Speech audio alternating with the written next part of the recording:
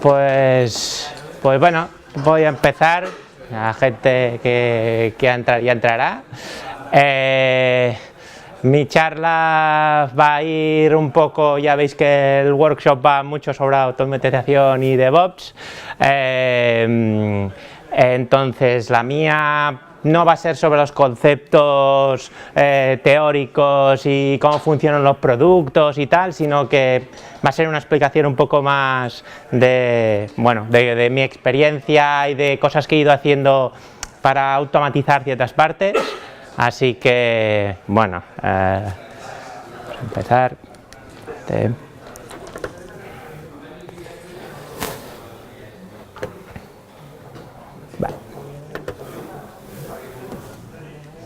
Vale. Bueno, se sale un poco del proyector, pero bueno. Así que, bueno, de lo que decía, ¿de qué va la charla?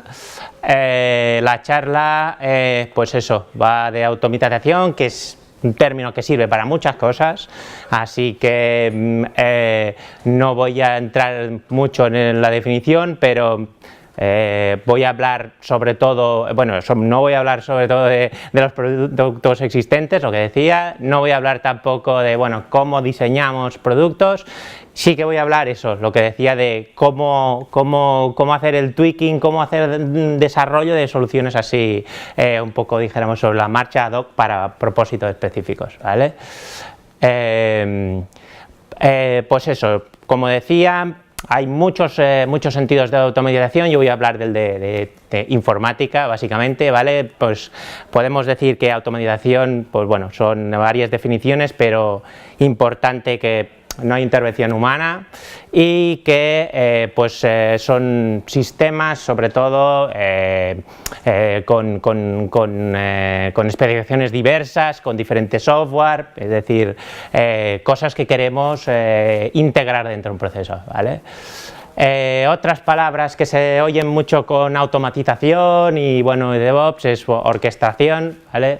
Orquestación vendría a ser pues el orden más o menos en que hacemos las cosas, el orden en que automatizamos los procesos, el orden, yo diría más o menos en que podemos hacer que todas nuestras piezas encajen, ¿vale?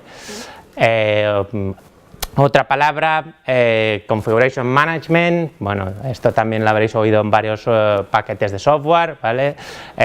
Configuration Management, que lo que hace, pues eso, es describir cómo configuramos todos nuestros servicios, todos nuestros procesos, y en cierta manera, pues eso, mantener un estado, ¿no? O sea, conseguir que nosotros definamos cómo queremos tener nuestro software, nuestra infraestructura y que se mantenga en ese estado, ¿vale? Eso es una cosa que normalmente veréis, por ejemplo, en Puppet sobre todo, pero hay muchas otras herramientas que lo hacen, ¿vale? Después, pues también Application Deployment, ¿vale? Application Deployment, o sea, despliegue de nuestras aplicaciones, ¿vale? El despliegue de nuestras aplicaciones es sobre todo un candidato perfecto, ¿no? Para optimización, porque es un proceso en el que pues eso, tendremos que mover ficheros de un sitio a otro, reconfigurar a lo mejor algún parámetro, estamos usando configuraciones para pre, configuraciones para pro, ¿vale? O sea que es un candidato perfecto, ¿vale? Sobre todo cuando, claro, nos convertimos a usuarios del cloud, ¿vale? Usuarios del cloud en el cual, pues claro, tenemos recursos, un montón de recursos que no existen, ¿vale? O sea que no podemos confiar en que habrá configuración predeterminada, ¿vale? Con lo cual es un candidato también, como decía, perfecto para que cada vez pueda automatizar los procesos, ¿vale? Después, como decía, no voy a hablar sobre el software que haya existente porque, bueno, eso nos llevaría un montonazo de tiempo. Así que lo que voy simplemente a explicar un poco las alternativas, bueno, tenemos software del estilo de Ansible o Salt, que son software más de ejecución remota. No voy a decir que cuál hace qué cosa y cuál no, casi todos se solapan en algún punto, pero algunos fueron diseñados más con con una intención que otros, ¿vale? Por ejemplo, lo que decía Ansible y Salt son productos más orientados a hacer ejecución remota, en el que nos conectamos a la máquina y decimos hacer varias cosas, depende de los playbooks o depende de los ficheros que configuran los sistemas. En Puppet tenemos un estado de configuración, es decir, que en general en lugar de que seamos nosotros los que pedimos una cosa, es el propio servidor que le pide a Puppet, oye, ¿qué tengo que hacer para configurarme? Después tendríamos herramientas, bueno, Chef sería del estilo de Puppet, después tendríamos herramientas de despliegue, como por ejemplo Capistrano, ¿vale? Que para los Rubists pues es su herramienta perfecta, ¿vale? Y Vagrant, que se usa muchísimo, diría, en entornos de desarrollo para generar máquinas, ¿no? en nuestro entorno de manera automática y configurable, ¿vale? Y claro, ¿y qué pasa con Perl? Porque Ansible y Salt son Python, Puppet, Chef y Capistrano y Vagrant son Ruby, y claro, ¿qué pasa con Perl? ¿Vale? ¿Qué hacemos con Perl? ¿Vale? Con Perl tenemos Rex, bueno, I thought you were not here, so I was not speaking in English. It don't matter? Okay, so, bueno, pues sigo en español. Pues Rex, que pues, a lo mejor ya lo habéis oído varias veces durante el día, pero hoy tenemos un core developer de Rex. Rex es la alternativa a todo eso en Perl, ¿vale? Y bueno, más alternativas en Perl, pues cosas interesantes que hacemos en Capside, ¿vale? Yo también trabajo en Capside, como José Luis antes que os he explicado, el POS, así que también tenemos alternativas, no tanto solo para la automatización de accesos o de acceso a AWS como PAOS, sino también otras abstracciones para modelar infraestructuras en el cloud, ¿vale? Soluciones ad hoc, ¿vale? Como os decía, soluciones ad hoc, ¿qué son? Es decir, soluciones para un propósito específico, ¿vale? ¿Qué pasa? Que muchas veces tenemos software que decimos, ostras, tengo que estudiarme todas las funcionalidades a lo mejor de Puppet para hacer algo, o todas las funcionalidades de Chef para hacer algo. No, o quiero, vale, o Ansible, por ejemplo, Ansible tiene un listado estático de servidores, y entonces digo, ostras, pero claro, yo no lo sé fijos, porque por ejemplo, a lo mejor quiero interactuar con AWS, como decía, AWS, Cloud, efímero, quiere decir que todo eso es dinámico, entonces quiero hacer algo dinámico, ¿vale? Entonces, esa funcionalidad a lo mejor no viene por defecto con Ansible, así que tenemos que hacer algo, ¿vale? Que sea específico para ellos, ¿vale? Entonces, ¿qué pasa? Entonces, eso es lo que te permite conseguir esta funcionalidad rápida, ¿vale? Lo que pasa que, evidentemente, tiene una desventaja, ¿vale? Que no son proyectos, por eso son soluciones ad hoc, no son proyectos a largo plazo. O sea, las soluciones ad hoc, no vayáis ahí a decir, esto va a ser el típico, esto va a ser temporal. Pues el temporal que acaba siendo permanente no es la mejor manera de hacerlo ad hoc, ¿vale? Entonces, cosas que voy a explicar, aventuras que he tenido, ¿vale? Esto fue hace bastante tiempo, trabajaba con Ruby en otra parte que no era Capside, ¿vale? Y tenían Capistrano y dijeron, ostras, necesito automatizar para entrar en AWS. En ese momento, ya sé que esto es una charla de Perl, pero bueno, en ese momento pues yo estaba en un mundo más de Ruby, ¿vale? Y entonces hice una automatización para hacer eso, para consultar a AWS y estos servicios, ¿vale? Después también hice automatizaciones, aquí ya entré con Puppet. ¿Cómo lo hace Puppet para consultar a AWS? ¿Cómo haces que Puppet consiga este dinamismo? ¿Vale? Entonces, pues también hay una opción, en este caso ya con Perl, ¿vale? También en Capside, pues también tenemos un montón de procesos que tenemos que ejecutar automáticamente, ¿vale? Y ¿cómo hacíamos el patching al principio? Pues teníamos, bueno, una serie de procesos que a lo mejor, como vamos a reunirlos todos en un solo proceso, ¿vale? Y tenemos un proceso que para patching que usamos con Perl, ¿vale? Y para el cloud, ¿cómo automatizamos? Bueno, como decía Pepelu, Paus, herramienta perfecta para automatización en cloud.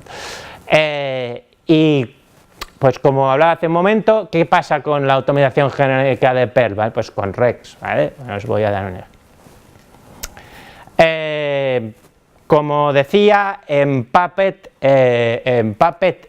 tenéis una serie de configuraciones para acceder dijéramos, al inventario de máquinas, ¿vale? Entonces esta manera de acceder es a través de ficheros, ¿vale? Pero estos ficheros, igual que en Ansible, son estáticos, ¿vale? Entonces, ¿cómo lo hacemos? Puppet tiene una herramienta que se llama, bueno, una funcionalidad que se llama External Node Classifier. Es un script en el que tú le dices bueno, el script este recibe el nombre de la máquina que quiere clasificar el Puppet, y entonces en ese momento ese script tiene que determinar qué clases le voy a devolver a Puppet que necesita esa máquina. ¿Vale? Entonces lo que hacía este script, bueno, aparte devuelve un YAML con esas clases, ¿vale? Lo que hacía este script era dame el nombre de la máquina, consulto a AWS a ver máquinas con una determinada etiqueta y devuelvo el YAML con las clases que tendrás que aplicar. Si la máquina tiene rol de web, aplícale las clases Nginx, Apache, no sé qué, que instale, ¿vale? Para eso, bueno, en ese momento, pues, bueno, para mí ya me iba bien Net Amazon, entonces, como decía Pepero, pues oye, hay un montón de clases, ¿vale? Para hacer cosas de estas en AWS, pero bueno, ¿vale? En ese momento esta es la que me iba bien, ¿vale? Cogí esa y devolvía el YAML, ¿vale? Pues lo que os decía, es decir, yo tenía un hash de clases y para cada rol le devolvía un tipo que vas a instalar, un rsyslog, tal.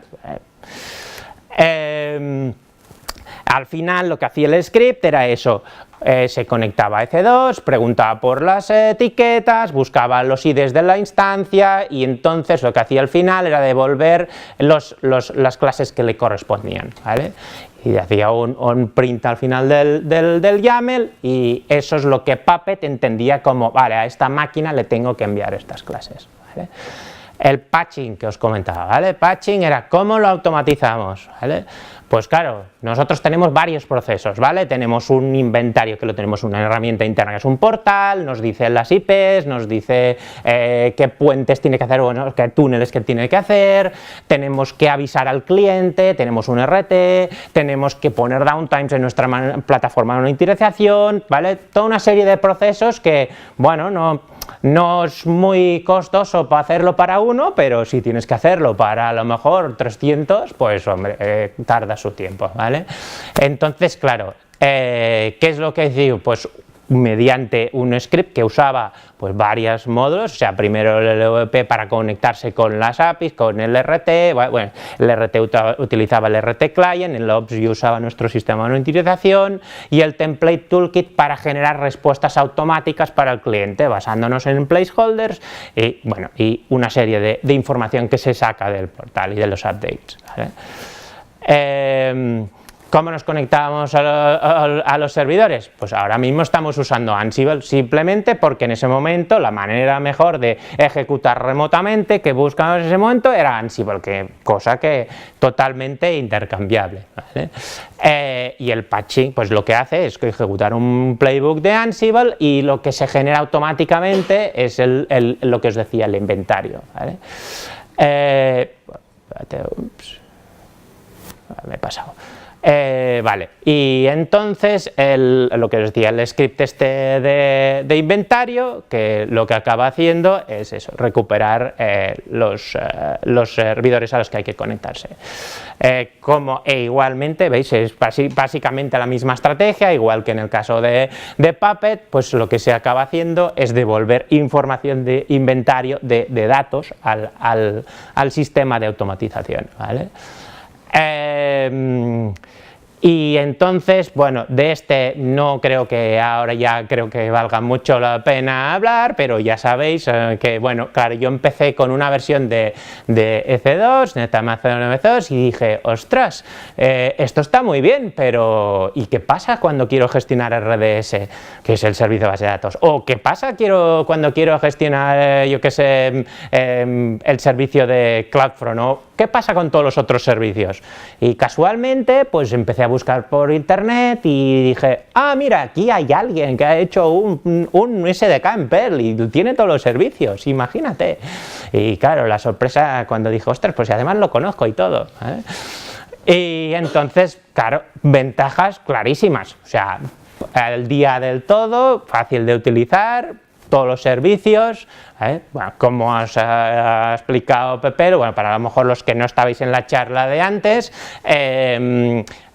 es el SDK de AWS usa una serie de clases que tú puedes instanciar y entonces a través de esa clase que tú instancias puedes llamar al método de la API de AWS que devuelva lo que os interese, ¿vale? Si queréis saber las instancias que tenéis en EC2 o si queréis saber las instancias de RDS en general. Y Rex, es la última investigación, estamos en fase de pruebas y seguramente para la próxima charla, ¿vale? Os podré dar mi nueva automatización de esto. De momento es un proyecto, ¿vale? Es un proyecto que, bueno, si habéis estado en alguna charla anterior habréis visto que es un proyecto que te permite también automatizar en función de, pues, scripts o líneas de comandos. Le podéis decir el nombre de servidores, le podéis decir lo que tiene que ejecutar, le podéis hasta decir estados que queréis que quede en la máquina, es decir, mezcla un poquito Ansible, un poco Puppet, Capistrano, bueno, y si queréis pues más detalle, pues habláis con Ferki. Y bueno, y lo podéis encontrar en esa web, ¿vale? Este es un ejemplo, ¿vale? Lo que os comentaba, ¿vale? Queréis ejecutar un listado de espacio libre en las máquinas. Podríais decirle, vale, ejecútame la tarea disk free en todas esas máquinas y obtendrías el resultado de todo. Resumen. Escoger evidentemente la tecnología adecuada. Esto no siempre es fácil, pero para el momento en que tengáis que ejecutar algo, ver vuestros requerimientos, ¿vale? No esperéis eso, que encontréis uno, si seguís buscando siempre, no, este lo descarto porque no hace todo, no vais a encontrar nada, y en el caso de que digáis ya lo he escogido, entonces, por cierto, por supuesto, automation, ¿vale? Automation for the win. Y bueno, si os ha gustado más o menos todo lo que habéis visto y queréis hacer cosas como estas, voy a hacer el shameless plugin como ha dicho Pepelu, ¿vale? Si estáis interesados, ya sabéis, somos una gente muy enrollada, o sea, bueno, ¿preguntas?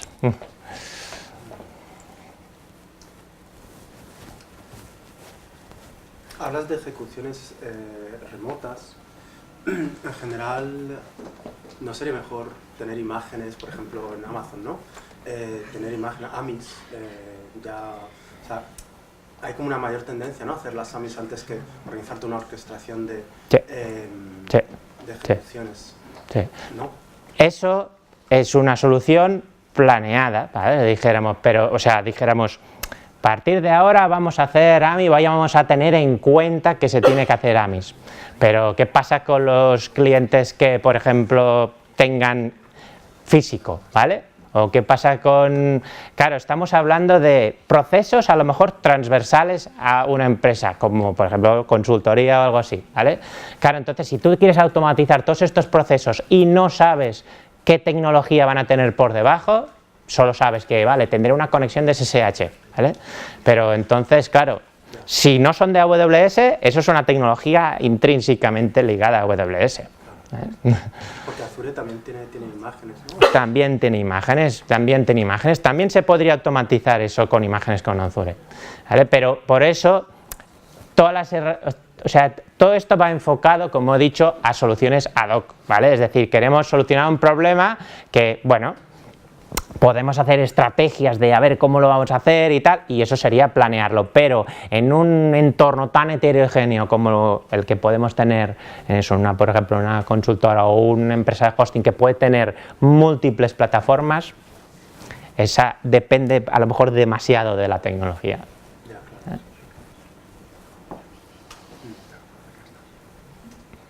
¿Una pregunta más?